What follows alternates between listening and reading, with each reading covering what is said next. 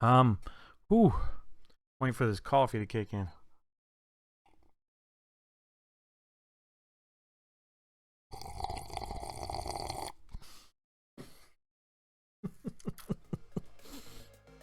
I'm sure I just annoyed half of y'all right there.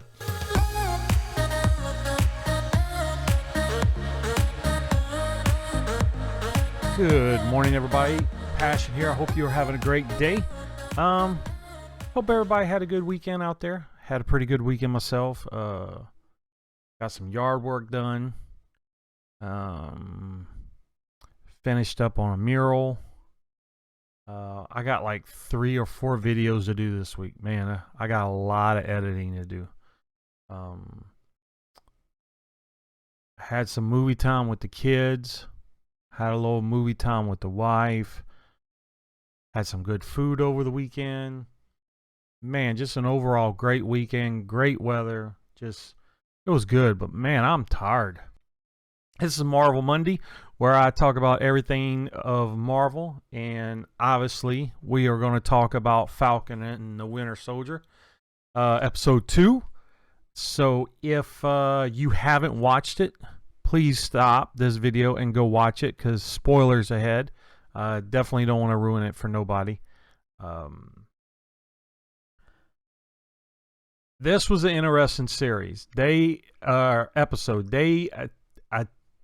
I don't want to say attacked. They tackled a lot of different levels that we've seen with the MCU, we see with society, and very curious where everything's going to land at, because Marvel's very good of setting up. They're just juggling these couple balls to you, but when they catch them all, they're going to make a great story here, and they touch base on a lot. So obviously, Bucky and Falcon finally meet up. They're seeing this generic Captain America show up that they don't agree with, but they got to accept it. And obviously, Bucky is not happy with Sam of giving up the shield. And what's funny is them two have a different relationship with the shield. They come from 2 different times. They come from 2 different sides. But yet they care about their representation of it so much that they both are having to juggle different demons. So I love to see them kind of come together, but they're not truly coming together right now. And because you got to think, during Winter Soldier and Civil War, Sam was on Cap's side of hunting Bucky down. And even though Bucky's got a little help and he's trying to be a good guy, they've never really like hung out to be friends. So this is the first time you really see them kind of, they're physically coming together, but mentally they got a couple obstacles that they're trying to get through. Sam obviously had his reasons to give up the shield. The mantle of Steve Rogers is obviously embedded hard with the MCU society. Sam doesn't want to touch that. Bucky knows that he can't handle the shield, but at the same time, he doesn't want anyone else to have it. So you see them come together on that. You see them going after the Flag Smashers, trying to figure out what they're doing, who they're working for. I love seeing a little bit of the, good cop, bad cop, them trying to figure each other out. Their little jabs, their little jokes from time to time. So Falcon and Bucky, they're going after their Flag Smashers.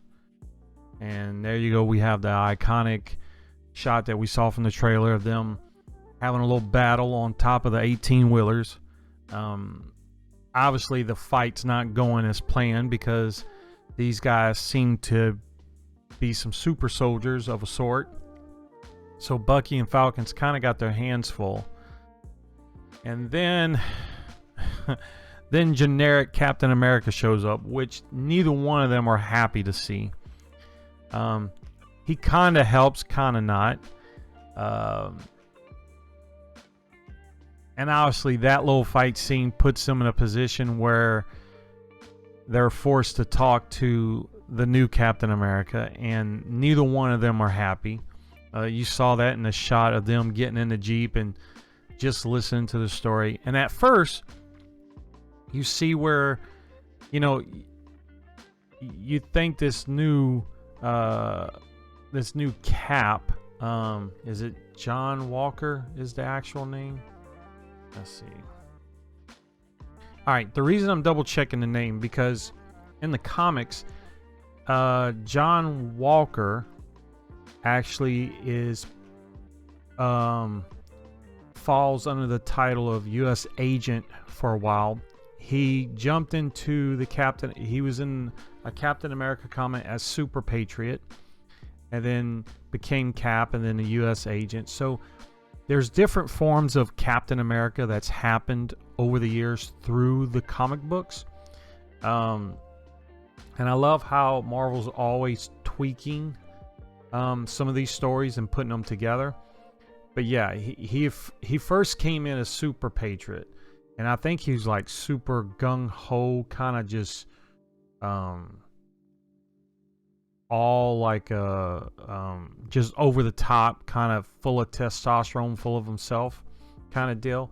I don't know where they're going to go with the Disney Plus version of him. I don't know if he's going to end up being, let's say, just like the U.S. agent or whatnot. But there's been different forms of Captain America that's shown up. And John Walker is that guy.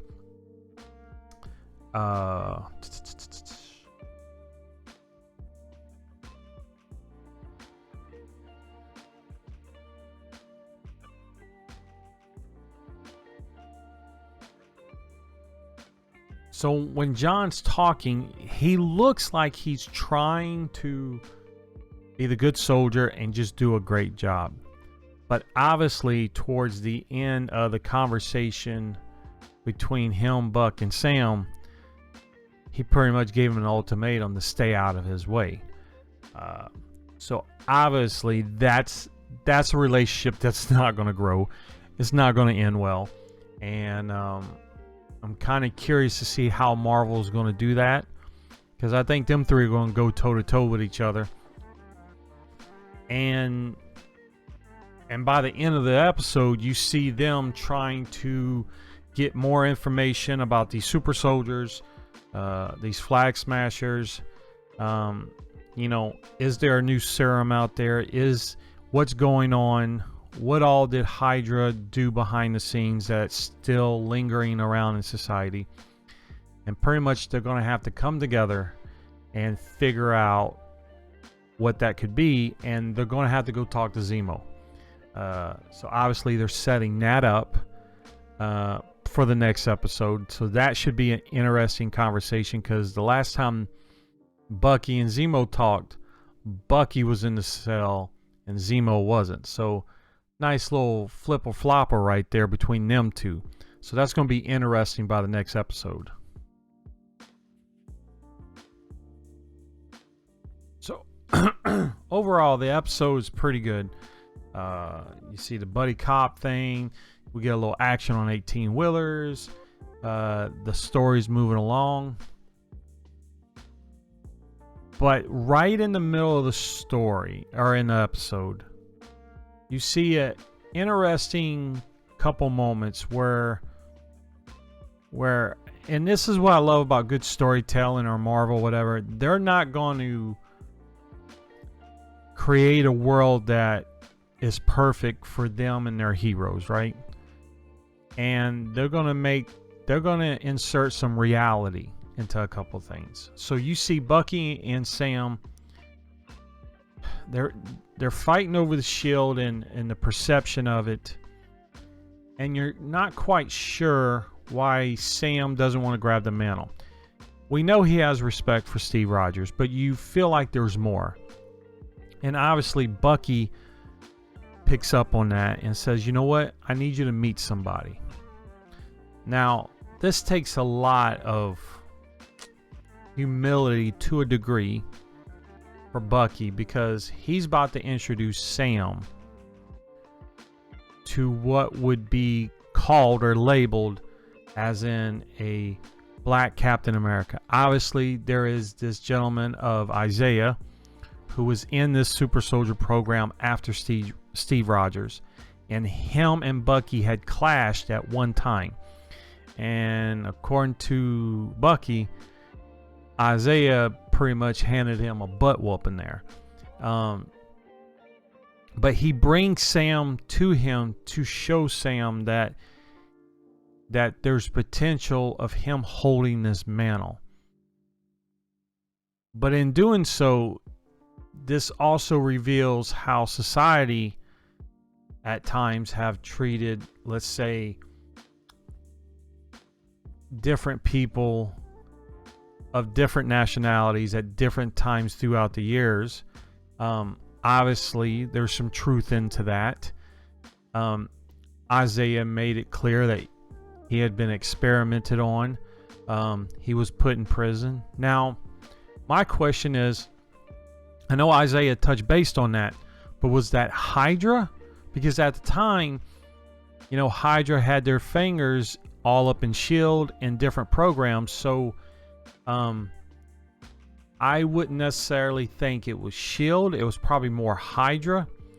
But I'm not quite sure, because Isaiah is just like, look, I got home and they locked me up. But you see this tension rise up in Sam real fast, that there could have been an idol or a representation if this would have been publicly known. And but Bucky's like, look, you have a reason to fight for that shield, just like anybody else. And then you have the encounter on the street where Sam kind of runs into the kid. Hey, you're the Black Falcon. Why can't I just be Falcon, right? And they have that friendly exchange.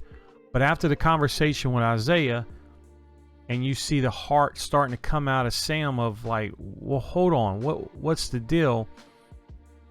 And they're having a discussion in the street. Then the cops show up. So obviously there's a little play in the truth there. They kind of go at Sam and Bucky like, hey, what's going on? They're like, guys, it's cool. The cops don't want to chill out for a second, but then one cop recognizes Sam, and then he's like, oh, you're one of the Avengers. Okay, my bad, my bad. But then the tables get turned and Bucky gets arrested. And it's a unique 2.5, 3 minutes of storytelling right there, because they touch base on a lot of issues. And obviously Marvel is not scared to go there. There's so many layers to that we could sit here and go on forever. But I think it shows a unique struggle that maybe Sam is having, that he is not sure if he can represent the Shield as a black man, and he's struggling with that. He didn't say it out, but I think you're seeing he can't carry the mantle like Steve, and he knows that. But at the same time, you see Bucky going, Steve gave you the shield for a reason. So it's going to be very unique. I would love to see more Isaiah. I hope there's something in the storyline where he comes back at the end and helps them two out, because obviously when he threw the can through the wall, your boy still got a little power in him. So I'm very curious to see how that takes place. Now, another interesting note in that scene is his grandson, who opened the door. If I had to take a guess, let's see here. Let me make sure I get this right. Because at first I thought the name sounded familiar.